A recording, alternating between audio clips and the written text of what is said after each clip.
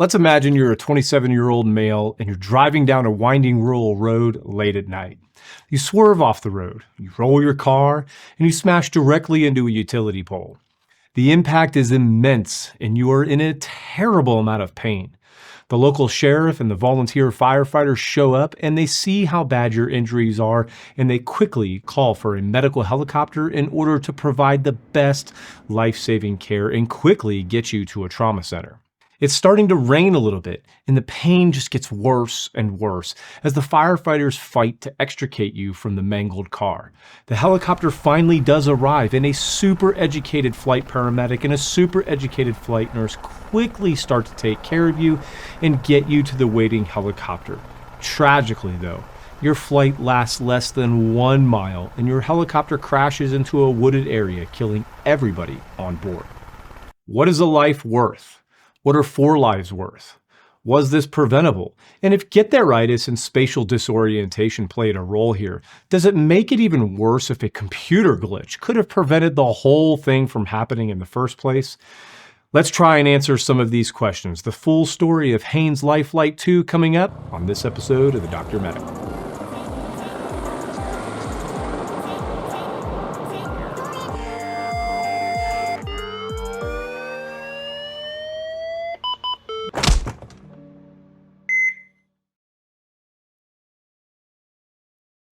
Now, the model of delivery for this air ambulance service was a bit of a hybrid model, with the flight paramedics, the flight nurses, billing and reimbursement, and the overall branding all being provided by Haynes Ambulance.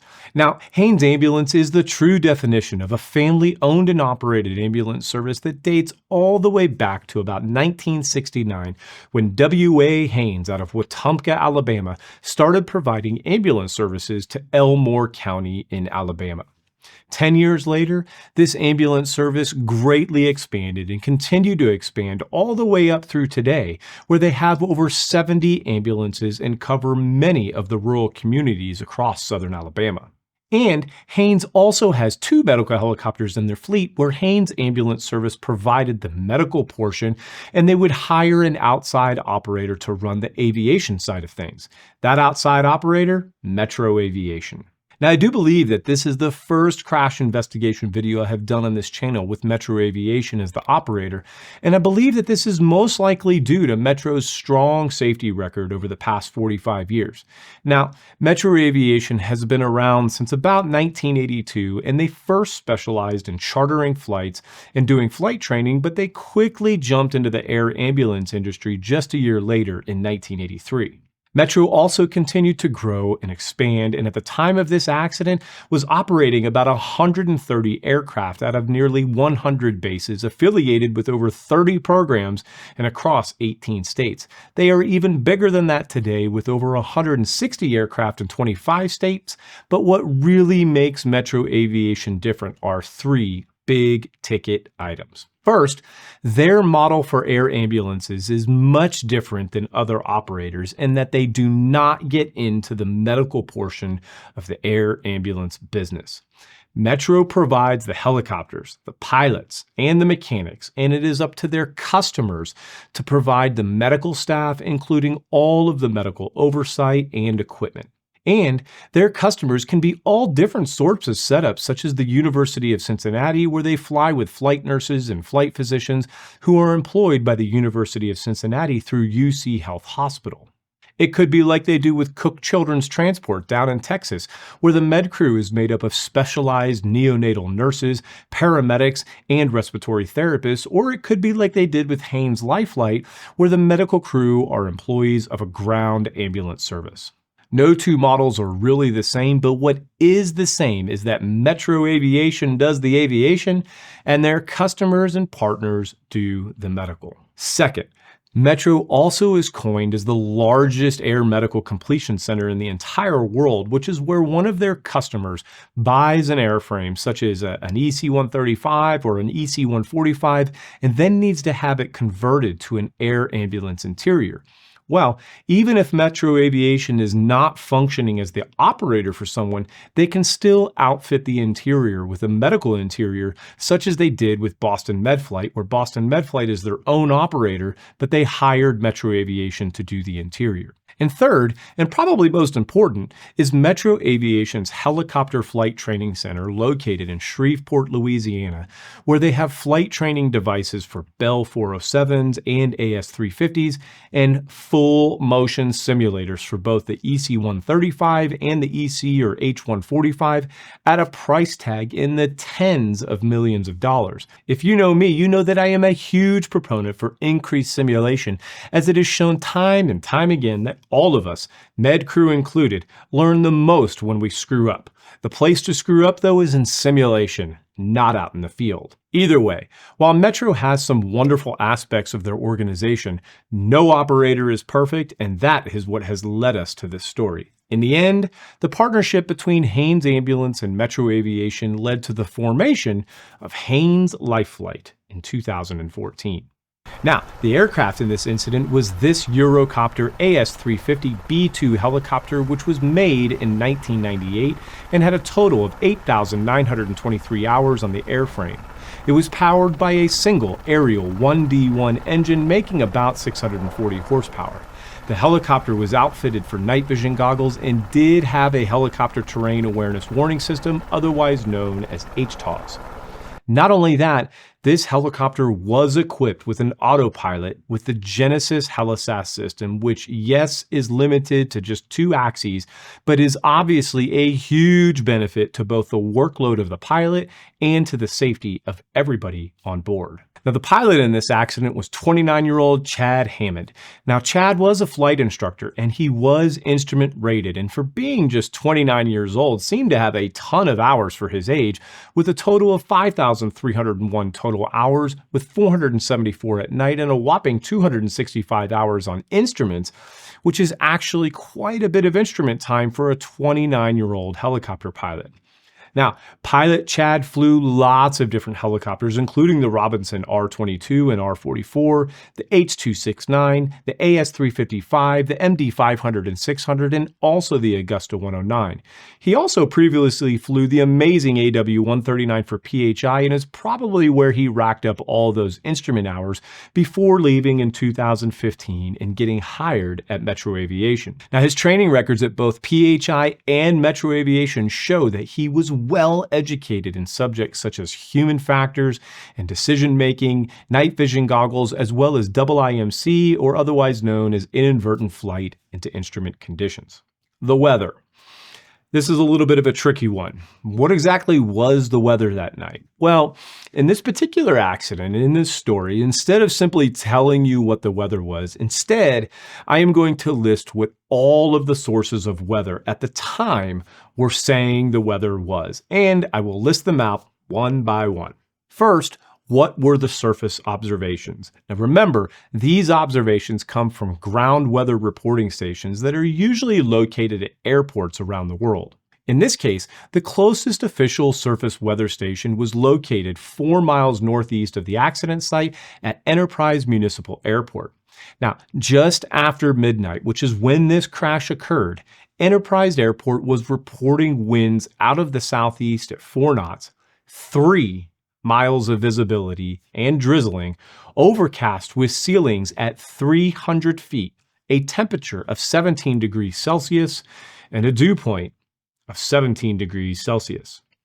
Next, the radar data indicated that there was light precipitation between the accident site and their intended destination.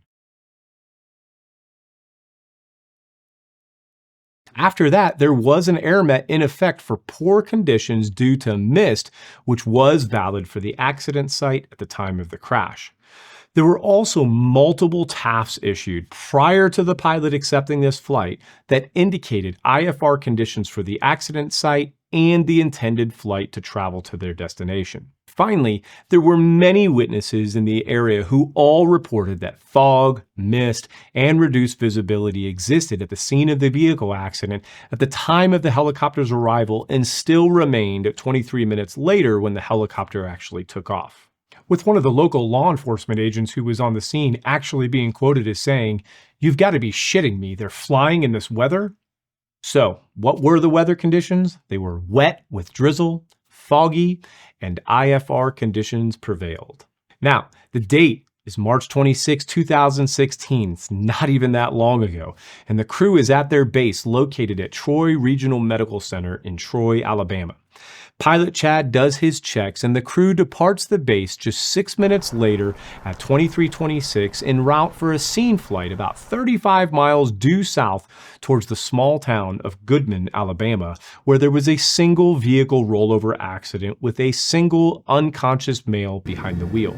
Now it takes them just about 26 minutes to get there and they land in a small field next to a 2-lane winding rural road. Now, if you were thinking that 26 minutes seems like a long time for a helicopter to fly just 35 miles, then you would be correct. But in this case, the time was delayed for several reasons, with the main one being the ground EMS and fire crews were unable to make radio contact with the helicopter, which caused Pilot Chad to circle the scene for a bit until one of the ground crew was able to actually wave a flashlight at them and point them down towards the proper LZ. Now, landing in a field next to a scene is not really that uncommon, as sometimes landing in the street is simply not feasible due to obstructions such as wires or overhanging trees or something like that. Either way, they safely got on the ground and the flight nurse and paramedic exit the aircraft and make their way to the back of the ground ambulance to provide patient care while Pilot Chad stayed with the running aircraft. Now they stay on scene for what seems like an extended period of time and eventually depart with the patient on board about 17 minutes later.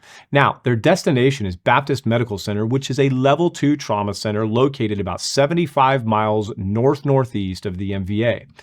But once the helicopter departed the scene though, they almost immediately began a left turn while climbing out of the area, but then that left-hand turn began to increase in rate as the helicopter continued increasing to a maximum altitude of about 700 or 800 feet above the ground, and they finally did level off for a few seconds until that left-hand turn continued way too far, and they are now in a rapid descent. And in just a matter of seconds, the aircraft flies straight into a wooded area and crashes less than 1 mile from where they took off. This entire flight lasted less than 60 seconds.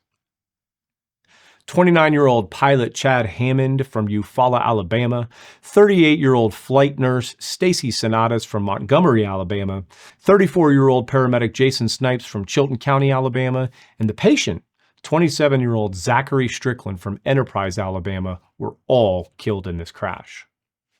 So what happened?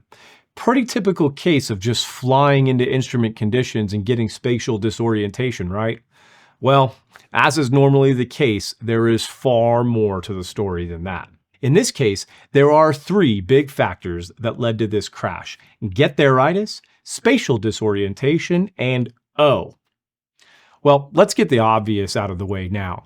The evidence tells us that Pilot Chad suffered from a classic case of planned continuation bias, otherwise officially known as get-there-itis. And I'm not kidding. Get-there-itis really is the official term and is published in the FAA's Aeronautical Decision-Making Advisory and says that pilots, especially those with tons of experience, have a tendency to always want to please the customer and save the patient, complete the flight, meet schedules, and demonstrate that they generally have the right stuff, and to prove to themselves and those around them that they can accomplish the task at hand.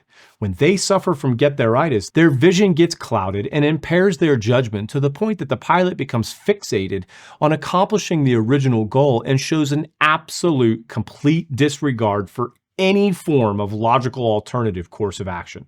Now, this get-there-itis can be triggered by several different sources, whether it be pressure from an employer to take or complete a flight, or it can be self-induced. Well, it certainly is not unheard of for some HEMS operators to pressure their folks into taking flights, but in post-accident interviews, there was really no evidence that pointed to a corporate culture at Metro Aviation that pressured their pilots, and every single person interviewed afterwards, including the ones that I spoke to, categorically stated that they never felt any pressure from Metro Aviation to take these flights.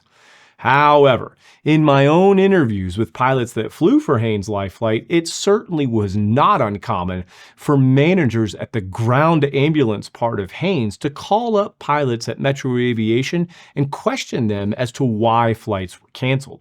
Now, it's hard to tell if that played a role in this case, but I can only imagine the awkward feeling that a younger pilot might have felt when the company he works for is fully supporting him and not questioning his decisions, but the customer, in this case Haynes Ambulance Service, is questioning him.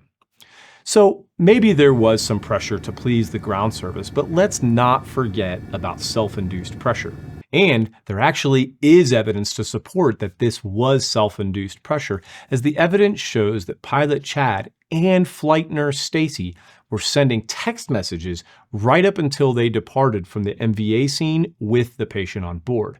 But they were not sending text messages to each other, but rather they were both texting a mutual friend of theirs, and they were doing so throughout the entire day.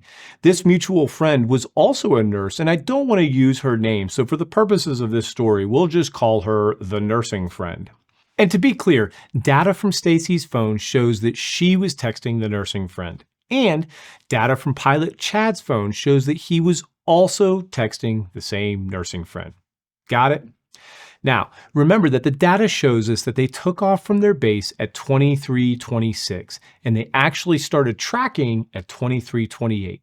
So, while in flight, Stacy texts her nursing friend that there is lots of fog, to which the nursing friend replied stating that she was in good hands. Stacy replies back just a minute later and states that she knows, but even pilot Chad is like, it's pretty thick, ha ha ha ha. The last thing Stacy was able to text was that she was 1.8 miles out from the scene. Now, pilot Chad is also texting the nursing friend at 23:23 and says, "Yay, we got an MVA call." And the nursing friend replies with, "Oh, y'all are actually going to get something besides a transfer, LOL." They then take off at 23:26. They start tracking at 23:28. But then at 23:30, pilot Chad texts back to the nursing friend and says, "Yippee!" Yes, pilot Chad was texting while flying this helicopter. And remember, they then land at the MVA call at 23:53, and the med crew heads out to take care of the patient in the ground ambulance while pilot Chad stays with the running helicopter. But just 90 seconds after they land, Chad texts the nursing friend again to say, "Shh, this was more than work. Actually had to pull out some piloting skills." The nursing friend responds back saying Chad has mad piloting skills and asks him how bad it was, to which Chad texts back with, "Put it this way, the other guys would have turned around." Presumably referring to some local competitor service who would have been more cautious and not taken the flight. Pilot Chad and the nursing friend continue to text back and forth over the next 15 minutes while the helicopter is running on the ground, and pilot Chad acknowledges that the weather is bad and the only place that they can go is Baptist in Montgomery because that's where the weather is flyable, and that he's going to have to use those mad piloting skills again to take off, but then should be good after that. So, was this self-induced get-there-itis? Absolutely. And was pilot Chad texting during flight? Absolutely. Yet I did not see anything in the investigation from the NTSB that pointed out that Chad was actually texting during flight, but it wouldn't be the first time that a pilot was texting while flying while also having get-there-itis, as if you remember the story I did a few years ago back on the LifeNet of the Heartland crash in Missouri. I'll make sure to leave a link to that story down in the description. Okay, so pilot Chad took off in VFR conditions and presumably inadvertently entered into instrument conditions, but then crashed it into the trees. Well, what is supposed to happen when an aircraft or a helicopter like this flies into instrument conditions? Well, the first thing would be to fly the aircraft, which is possibly what he was trying to do with his never-ending left-hand turn. But the problem with spatial disorientation is that you don't know you're disoriented. And this probably caused pilot Chad to continue with this descending left-hand turn because he thought he was turning the aircraft while flying level when he was really basically turning the aircraft upside down, which historically has happened again and again and again. Now, with the HeliSAS autopilot and stability system that was installed on this helicopter, most likely all pilot Chad had to do was simply let go of the cyclic and the aircraft would have leveled out all on its own. But again, he wouldn't know to let go because he probably thought he was flying the aircraft level. Now, I have gone over IMC many times on this channel, but one thing to remember is that when IMC occurs, it is an emergency. And it's an emergency that everybody on board typically would train for and practice together. Now, I am drastically oversimplifying this next part and probably overgeneralizing as well because different operators have different emergency procedures. But in general, when an aircraft like this without IFR capabilities, I may have forgot to mention that this aircraft was not even certified for instrument flying. But anyway, when they fly into instrument conditions, the general process is usually to level off the aircraft, fly the aircraft straight, and only turn the aircraft to avoid known obstacles. Begin a climb to a minimum safe altitude, call ATC and declare an emergency, provide ATC with some quick flight information and ask them for help, and then follow their directives to get you back to some predetermined location or an airport where you can then land safely with the support of ATC. Again, not all procedures are the same, but that is basically the gist of it. Yet time and time again, you have seen it on this channel where none of that occurs, and instead the pilot tries to turn around and fly their way out of the instrument conditions and ends up flying the aircraft straight into the ground. But remember though, I said there were 3 things that led to this crash, and the third one was O. And before I get to what O is, I think it is important to remember our Swiss cheese model and its purpose. Remember that a Swiss cheese model is supposed to reflect layer upon layer upon layer of protections and safety nets that prevent something from slipping through the cracks, or in this case, the holes of the Swiss cheese, which will eventually end with an accident. So, the more layers of Swiss cheese that exist, the less likely an accident will occur. Now, I told you way back at the beginning of this story that Pilot Chad was in fact instrument rated and that he had received plenty of training on planned continuation bias or get there itis, as well as other human factors and decision-making training. And while all of that training and education are wonderful things, they really are some of the last layers of the Swiss cheese. Yes, Pilot Chad should have been competent enough to address the IMC situation that he found himself in, and then before that, he should have recognized himself displaying traits of get-there-itis. But way before any of that would have been the fact that this crew never should have taken this flight in the first place. Why? Because of O. What in the world is O? Well, O is Operational Control Center Helper, or OCC Helper, or just O, and was sort of a background piece of proprietary software developed by Metro Aviation to query certain databases and compare that data with pilot ratings, maintenance records and qualifications, as well as time and weather reporting, and assist or help the controllers at Metro Aviation's OCC in approving all of their flight requests. Again, another example of oversimplification here, but when HEMS pilots take flights, they don't just go jump in the helicopter and take off. Among many other tasks, they need to share certain data with their company's operational control center so the OCC can ensure that the flight is safe to take and is in compliance with about 1 million different pieces of flight safety regulation and even maintenance issues. Now, in addition to all those things I just mentioned that are queried when accepting a flight, one of the last things that is queried or looked at are the actual coordinates of where the helicopter is flying to and how those coordinates intersect with the current and predicted weather conditions. And this is where the O system really starts to paint a picture of how this tragedy unfolded. Now, there are several key issues at play here. The first is this. At the time of this accident back in 2015, Metro Aviation and their O system only checked to verify that the first leg of the flight was clear for weather and estimated time to be traveled. The fields for the remaining legs of the call were routinely left blank. In other words, when checking something like weather, the system would only check to ensure that it was safe to fly to wherever the patient was and would ignore looking at the weather for flying that patient to some intended destination and would also ignore the return flights home to either get fuel or get back to base or something like that. Now, each leg of the flight was not looked at and verified until just before each time the helicopter took off. But just 2 days following this accident, Metro Aviation put out a memo to all of their control specialists that said weather will now be assessed at the flight origin along each route leg and at each destination, and that a complete route consists of the flight's point of origin, the point of patient pickup, the destination hospital, and any proposed fuel stops and the final destination. Now, the next issue here with O focuses on where the system is actually looking for the weather.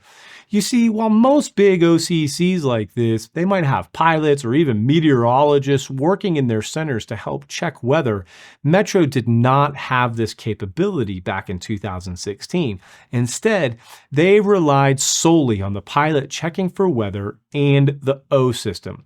In this case, there was one senior coordinator on duty at the OCC during this flight request and also a new coordinator who was being trained by the senior coordinator. Now, during post-accident interviews, it was found that this O system would routinely get confused about the coordinates that were being entered into the system. In short, GPS and latitude and longitude coordinates are typically entered into a computer system in a number of different manners, with the three main formats being in decimal degrees, decimal minutes and seconds, or degrees and decimal minutes. Now, you have probably seen these coordinates summed up and displayed before as DD, DMS, or DMM. And without getting into a whole lesson on GPS coordinates, all three of these will be able to identify a spot on a map, but if you are entering these numbers into a computer, not all computer systems or software will automatically read all three of these formats. A 911 dispatcher might call into the OCC and give the coordinates and say DD, but maybe the system only reads in DMS. In this case, the control coordinators would receive their coordinates from dispatchers at some other separate facility, and if the dispatchers entered the GPS coordinates in a format that the O system didn't like, the O system would kind of get confused and then start doing safety checks for a flight to nowhere or a flight to some unknown area. But no big deal though, right? As the coordinator stated that it was perfectly normal for the O system to get confused. They were supposed to review the release summaries anyway, and they would see the confusion and then have to manually reformat the GPS coordinates by hand in order for the O system to do a proper flight safety check. But on this particular evening, I mentioned that there was a new guy on the floor training. Well, on this particular night, the new guy on the floor is the one who reviewed the release summary for the accident flight, and that the senior guy on duty, who was supposed to double check things and to be training him, provided absolutely zero oversight of the review. So when the coordinates came in on this particular accident flight, you guessed it, they were in the wrong format. And while all those sources that I told you about at the beginning of this story had clearly identified the flight area to be foggy and misty and IFR, and even though the pilot knew the weather was bad, the O system approved the flight because instead of checking the weather for a flight from their base in Troy to the MVA site, it checked from the base in Troy to some other random location.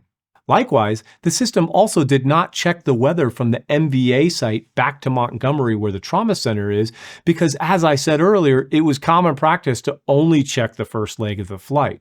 And to make things even worse, while pilot Chad was sitting in the running aircraft texting the nursing friend, the O system did eventually get updated and checked the flight from the MVA site to Montgomery, and the system did now show that there was bad weather between the MVA site and the destination hospital. But the OCC coordinators, neither the new guy or the senior guy, made any attempt to provide the updated weather information to the pilot. And while the pilot did have an iPad with him, it did not have any cellular capabilities and could not provide him with updated information while in the aircraft.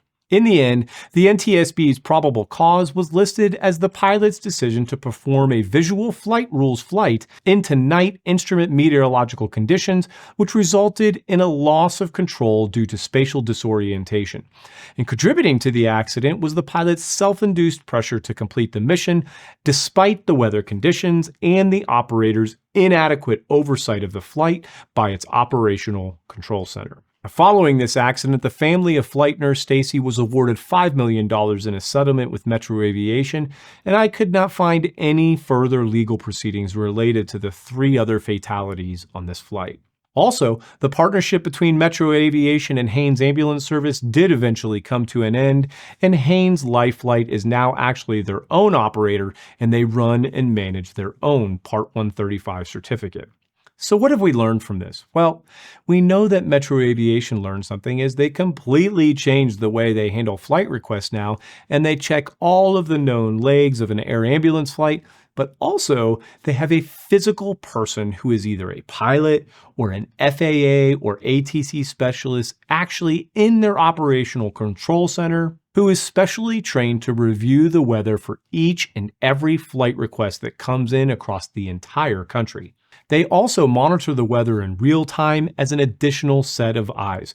Also, all of the pilots and aircraft now have some form of real-time weather reporting on their person at all times, whether it be through ForeFlight on their cellular-enabled iPads, XM weather on their consoles, or even their own active weather radar like might be on an EC-135 or 145. Like I mentioned earlier, though, they also invested tens of millions of dollars into the best simulation equipment in the world when it comes to helicopters, and all of their aircraft have some form of autopilot. And Metro Aviation's O system is history. Now, I also reached out to Haynes Life Flight's current executive team now that they have taken over their own Part 135 certificate, and they did share with me the cell phone policy that they had back in 2016, as well as the cell phone policy now, which in short says that from a time a call is dispatched until the time a call is complete, that nobody, whether it's on the ground EMS service or in the aircraft, should be on their personal cell phones for any reason whatsoever. And they also advised me that they do have and embrace a 3 to go and 1 to say no policy, which is wonderful. And also that all of their communication specialists undergo an FAA approved training program that, amongst other things, includes a cross-check procedure to check weather. I would strongly encourage any agency to also have dispatchers who are private pilots or FAA licensed dispatchers or even an ATC specialist. Either way, anything and everything is better than the O system. However, there is one big giant elephant in the room with this accident that stands out and by far is the number one thing that could have prevented this accident, and that is this text message right here from flight nurse Stacy. All 3 of these people on this aircraft were absolutely professionals. They were all on that aircraft to do some level of good in this world and to make a positive impact in a world that is far too often saturated with terrible news. They were doing great things, and I can all but guarantee that Stacy had a churning in her gut. She felt it. She questioned it. She clearly must have said something to Pilot Chad about the weather, and he replied that it was pretty thick and we are good. But she felt it, and it's possible that flight medic Jason felt it too. But in a time where we throw around the phrase 3 to go and 1 to say no, that gut feeling is not enough. You have to speak up. If you are a flight crew member, then pretty much all of you have been there, and it is a terrible feeling. Now, we all know how dangerous piloting a helicopter is, so pilots practice it over and over and over again. The pilots practice things like auto rotations and engine failures so that when the time comes to implement it, which will be one of the most stressful moments of their lives, that they don't have to think about what to do. They just do it because that's how they practiced it. We know how hard it is to manage some of the complex pathologies and traumas that we find as med crew members. So we practice patient calls over and over and over again. Paramedics and nurses practice things like RSI or DSI because it's a complex procedure with a million variables, and we want to practice it in a controlled environment so that when the time comes to perform the task, we are more comfortable with it because we practiced it. I ask you this, and you gotta be true. When was the last time that you practiced calling off a flight because of that terrible feeling in your gut? Probably never, right? Because we always throw around that phrase, 3 to go and 1 to say no, but man, it is a lot more difficult than just saying that. Well, contrary to popular belief, human beings do not really have the capability to rise to the occasion or step it up when we're under stress. When we are placed in a stressful situation, we fall every single time to our lowest level of training. And if your lowest level of training is no training, then there can be absolutely no expectation that you or Stacy will be able to perform such a difficult task in the heat of the moment when placed under such pressure. So I'm going to do something a little bit new with this video, which is to offer up a simple tool for you and your crew to use when you get put in a position like the med crew did on this flight. The tool here is called an assertive inquiry. This process of communication is not unique to aviation or medicine and is oftentimes embraced by some of the biggest corporate cultures in the world. Why do they embrace it? Because they know that they simply have too much to lose by having some catastrophic event occur simply because somebody didn't speak up. The purpose of this tool is to eliminate the vagueness that comes from passive inquiries. For example, now I'm only guessing, but it's probably a pretty good guess. I'm guessing that flight nurse Stacy saw the fog outside the aircraft and said something like, "Sure is foggy out there." What do you think she is trying to do by saying that? Most likely, she is throwing out a vague inquiry in hopes that pilot Chad will somehow interpret her statement or question as her being uncomfortable with the flight. You see, most likely, in Stacy's brain, she doesn't want to piss off the pilot and she doesn't want to make her work life uncomfortable. Nobody does. But she sees the fog and feels like something is not right and probably wants to turn around and go home. So she throws out that vague statement. Pilot Chad hears this, but because the statement was so vague, he just kind of passively responds with, "Yeah, we'll be good."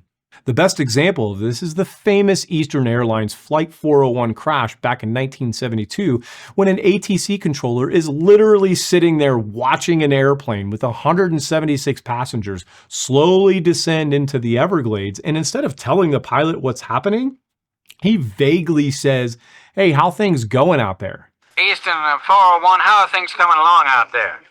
The controller's inquiry is too vague for the crew to realize he's asking about 401's surprisingly low altitude. Pilots say everything was great and then proceed to fly the airplane straight into the ground, killing almost 100 people. So, what is this assertive inquiry and how does it work? It's easy. It's 4 little steps, and it's just like playing the guitar or swinging a golf stick or anything else in life. It's going to sound a bit nerdy and uncomfortable as you walk through it the first time, but it takes practice. Step number 1, call the other person by their name or title or sir or ma'am. This forces them to hear whatever it is that's going to come next. So in this case, "Hey Chad." Step number 2, state what the problem is. In this case, the problem is the fog. "Hey Chad, sure is foggy out there." And unfortunately, this is where most people stop, but you have to keep going in order to be more specific. Step number 3, offer a solution. "Hey Chad, sure is foggy out there. I think we should cancel this one." And step number 4 is to form an agreement. Now this means that you are forcing the person you are talking to give you some form of response to the solution that you offered. So in this case, "Hey Chad, sure is foggy out there. I think we should cancel this one. What do you think?" And I promise you that this doesn't have to sound nerdy or robotic when you say it. What matters is that all 4 components exist. In this case, had Stacy or Jason said, "Hey Chad, I'm starting to see a bit too much fog out there. We should probably return to base. Sound good to you?" If that would have happened, they probably would have returned to base and they'd all still be here. But by throwing in that last part of forming an agreement, you are forcing the person that you are talking to consider what you have just proposed. And I promise you that you will find that 99% of the time, the person will agree with what it is that you're saying. This assertive inquiry is even more important if the pilot is suffering from get-there-itis, as it almost sort of snaps the pilot out of their fixation on their end goal and sort of brings them back to reality. Simple as that. However, Even with having the knowledge of what an assertive inquiry is now and how it works, it will all be for nothing and it will all fall apart if you do not simulate it. So, for those of you working in HEMS anywhere in the world, I know you already have required simulation in the form of approved training procedures for all things aviation. And 90% of the med crew out there also have some form of yearly required simulation for things like airway management or cardiac arrest or managing a 22-week-old neonate. I encourage all of you, right now, at this very moment, to also implement assertive inquiry training into your required training procedures for all med crew members, for all mechanics, for all aviation, and even for all management. Make it real, make it high fidelity, but by God, make it stressful. Because when it happens in real life, you can bet your ass that it is going to be stressful. I wish you all nothing but peace and love. Fly safe, say nice things to each other, and I will definitely see you on the next episode.